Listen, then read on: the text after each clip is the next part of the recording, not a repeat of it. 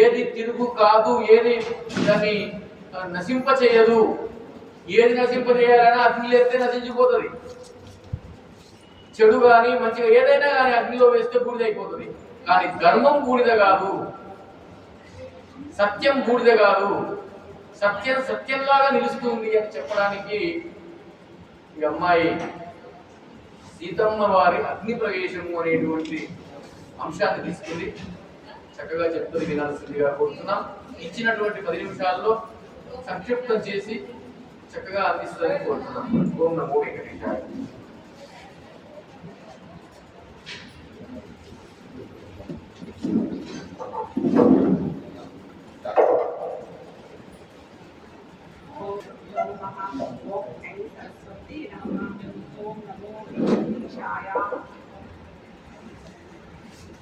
మన భారతదేశంలో ఎన్నో దేవస్థానాలు ఉన్నాయి, కానీ ఏ దేవస్థానం కూడా చెయ్యలేని మహోన్నతమైన గొప్పనైన కార్యం చేస్తుంది అంటే అది చిన్న చిన్న గ్రామాలకు మనలాంటి ప్రవచకులను తీసుకెళ్లి ప్రవచనం అనే ఒక గొప్ప కార్యక్రమాన్ని చేపట్టిన ఒక గొప్ప ఘనత ఏ దేవస్థానానికన్నా దక్కుతుందా అంటే అది ఒక్క తిరుమల తిరుపతి దేవస్థానానికి మాత్రమే దక్కుతుందని చెప్పడంలో ఎలాంటి సందేహం లేదు. ఈ ఆధ్యాత్మిక ప్రవచన రంగంలో మనమందరం అడుగు పెట్టడానికి ముఖ్య కారకులు మన సార్ గారు. ఒక 10 నిమిషాలు చెప్పాలంటే ఏం ఫస్ట్ ఒక 5 నిమిషాలు ఇస్తే చాలు అయినా అనుకుంటుంటే సార్ ఫస్ట్ కరోనా టైంలో నాకు తెలియ అవకాశం ఇచ్చిండ్రు. 5 నిమిషాలు 2 నిమిషాలు మాట్లాడితే చాలా బాధిస్తుంది. ఇప్పుడేమనిపిస్తుంది 10 నిమిషాలలో ఏం చెప్పాలో బాధిస్తుంది. అంత తేడా నాకు వచ్చింది. కాబట్టి ఈ కృషికి మొత్తం కూడా కారణము మా నాన్న, అలాగే రామాచార్య సార్ గారు కూడా వారికి ప్రత్యేక ధన్యవాదాలు తెలియజేస్తున్నాను. రామాయణం ఒక అద్భుతమైన ఆదర్శ గ్రంథం. ఆదర్శ గ్రంథం అని ఎందుకు అంటున్నామంటే రామాయణంలో ఏ పాత్ర తీసుకున్నా, ఏ సంఘటన తీసుకున్నా కూడా అది మన నిత్య జీవితంలో ఎట్లా ఉపయోగపడుతుందో అంటే ఏ విధంగా నువ్వు ఆలోచన చేసి ఒక ఇల్లాలుగా ఎలా జీవితం గడపాలి, ఒక అన్నయ్యగా, ఒక తమ్ముడిగా, తండ్రిగా ఏ విధంగా ఒక మనిషి ఉన్నత స్థాయికి ఈ మానవ జన్మ నీవు ఉన్న స్థాయి నుంచి ఉన్నత స్థాయికి ఎదగాలనుకున్న వారికి రామాయణం ఒక అద్భుత ఆదర్శ గ్రంథం. 10వ తరగతి ఎగ్జామ్స్ రాయాలంటే మనకు ఒక గైడ్ పుస్తకం, గైడ్ ఎలాగైతే విద్యార్థికి అవసరమో ఈ మానవ జన్మ అనే మహోన్నతమైన కష్టాల కడలిలో కొట్టుకుపోకుండా ఉండడానికి రామాయణ, మహాభారత, భగవద్గీత గ్రంథాలు ఆ విధంగా మనకు ఒక గైడ్ లైన్ ఇస్తున్న మహా అద్భుతమైన మూల సంపద మానవుడికి. ఈ సంపద ప్రపంచంలో 200లకు పైగా దేశాలు ఉన్నాయి, కానీ ఏ దేశంలో కూడా ఇంతటి సంస్కృతి, సాంప్రదాయము, ఒక గైడ్ లైన్ లాంటి బుక్కులు లేవు. హిందూ ధర్మంలో చెట్టును పూజిస్తున్నాము, పుట్టను పూజిస్తున్నామంటే అది ఎక్కడ కూడా మూఢనమ్మకంగా కాదు. అశ్వత్థ వృక్షం నేనే అంటాడు కృష్ణ పరమాత్ముడు. ఆ అశ్వత్థ వృక్షం నేనే అని చెప్పడానికి సైంటిస్టులు, అమెరికా సైంటిస్టులు ఎన్నో ప్రయోగాలు చేసి కనిపెట్టారు. ఏంటంటే ఏ వృక్షము కూడా అంతటి ఆక్సిజన్ ఇవ్వదంట.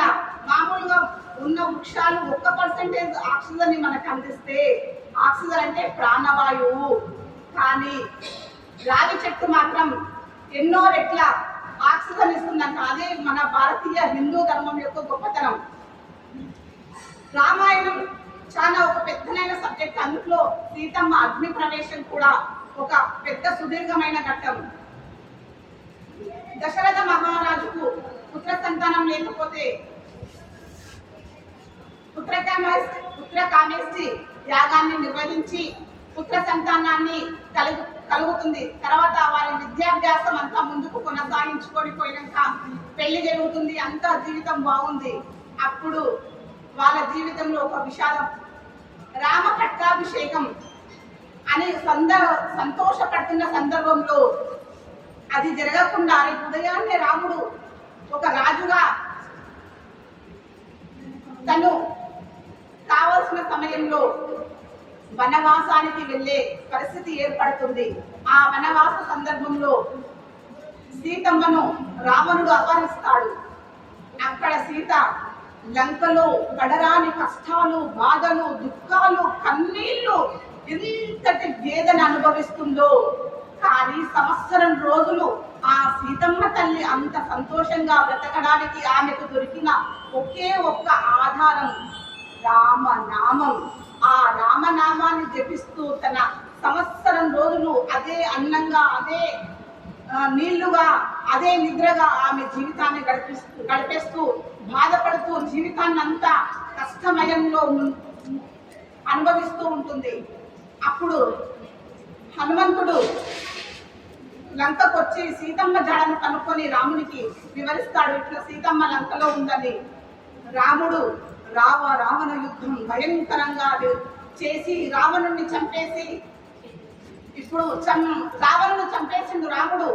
అయితే ఇక్కడ సీతమ్మ రాముని చేరుకునే సంఘటన, ఇంత కష్టం పడ్డా ఈ కష్టానికి ఇప్పుడు నేను రాముని చేరుకుంటానన్న ఒక ఆనందమైన సమయంలో సీతమ్మ వస్తుంది. రాముని కలుసుకునే ఒక శుభమైన ఘడియలు రానే వచ్చాయి. అప్పుడు రాముడు సీతమ్మతో మాట్లాడాడు, కానీ సీతమ్మ ఆర్యపుత్ర అని రాముని సంబోధిస్తుంది. అప్పుడు రాముడు సీతమ్మ ముఖం చూడకుండా పక్కకు తన ముఖాన్ని తిప్పుకుంటాడు.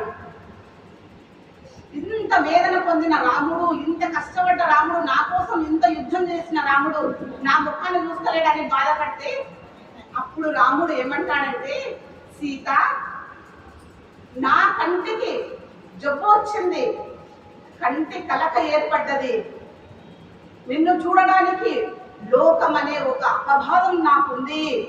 ఇక్కడ రామాయణం మనకు స్త్రీలందరికీ నేర్పిస్తున్న ఒక గొప్ప అంశం ఏంటంటే, అమ్మా స్త్రీమూర్తులారా, ఈ ప్రపంచం అంతా మనల్ని చూస్తుంది, మనల్ని జడ్జిమెంట్ చేస్తుంది. నువ్వు ఎక్కడ పోతున్నావు, ఎక్కడ నడుస్తున్నావు, ఎలా ఉన్నావు, నీ ప్రవర్తనను కనిపెడుతుంది.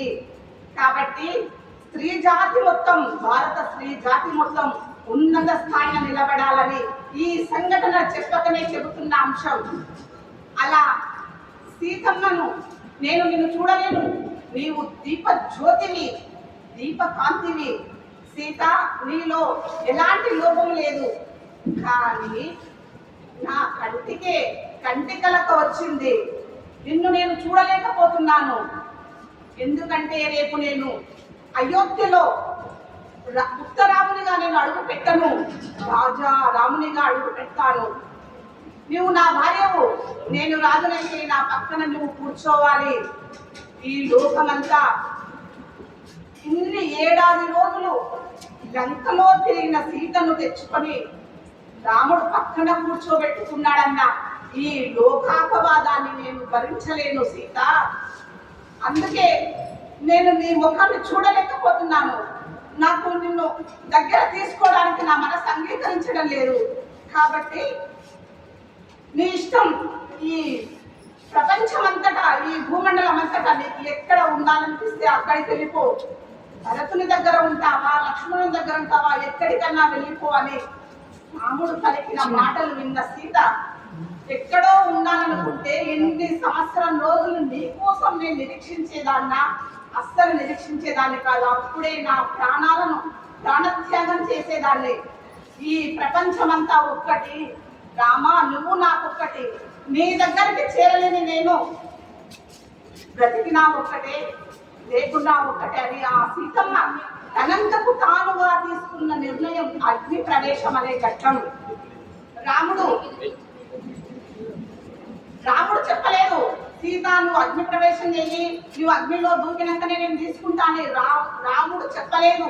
సీతమ్మ తనకు తానుగా పెట్టుకున్న ఒక అగ్ని పరీక్ష లక్ష్మణుడు చెప్తుంది, లక్ష్మణ చితి పేర్చు, మీ అన్నయ్య చెంత చేరని నా జీవితమే కాదు అంటే ఇక్కడ భార్య భర్తల బంధం ఎంత గొప్పదో కూడా రామాయణం మనకు చెప్తుంది.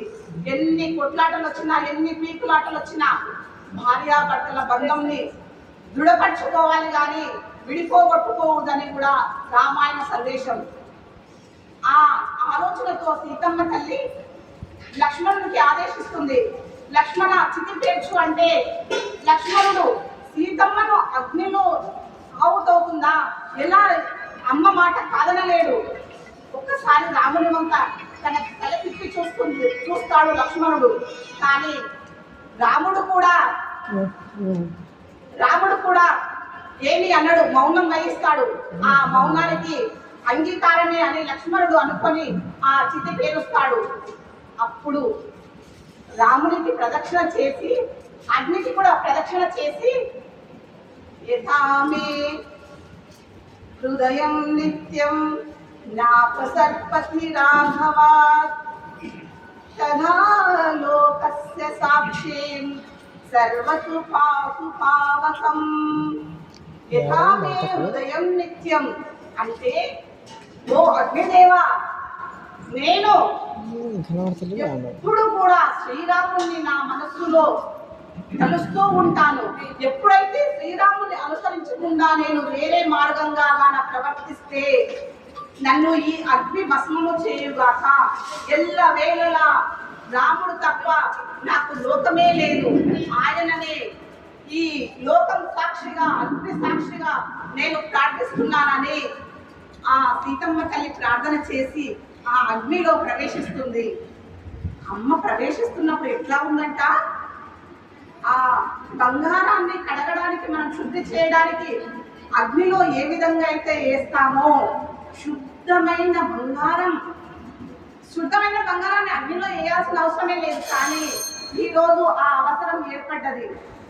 ఆ బంగారాన్ని అగ్నిలో ప్రవేశపెడితే ఎంత మనోహరంగా సుందరంగా ఉంటుందో అట్లా ఆ సీతమ్మ తల్లి అంత శుద్ధంగా అగ్నిలో ప్రవేశించి ఆ అగ్నిదేవుడు కూడా తన శక్తి సామర్థ్యాలను చాటుతూ సీత మహాపతివ్రత అగ్ని పునీత తన ప్రాతిపత్యానికి ఎవ్వరు కూడా నచ్చ వేయడానికి వీలు లేదని ఆ అగ్నిదేవుడు ఆ సీతమ్మ తల్లిని తన కుడి తొడ మీద కూర్చోబెట్టుకొని అట్లా బంగారు శిఖరాన్ని తీసుకొచ్చినట్లుగా అంత అద్భుతంగా ఆ సీతమ్మ తల్లిని బయటికి తీసుకొస్తాడు అగ్నిదేవుడు. అగ్నిలో ఏ వేసినా కూడా భస్మం అవుతాయి. కానీ ఒకవేళ సీతమ్మను అగ్నిదేవుడు ఏమైనా చేయదలుచుకుంటే అగ్నే భస్మం అయిపోతుందంట. అంత శక్తివంతురాలు, అంత పవిత్రురాలు ఆ సీతమ్మ తల్లి. ఇలాంటి అద్భుతమైన అవకాశాన్ని కల్పించినందుకు మరొక్కసారి రామాచార్య సార్ గారికి మరియు ఇక్కడ మీరు కూర్చున్న మీ అందరికీ కూడా ధన్యవాదాలు.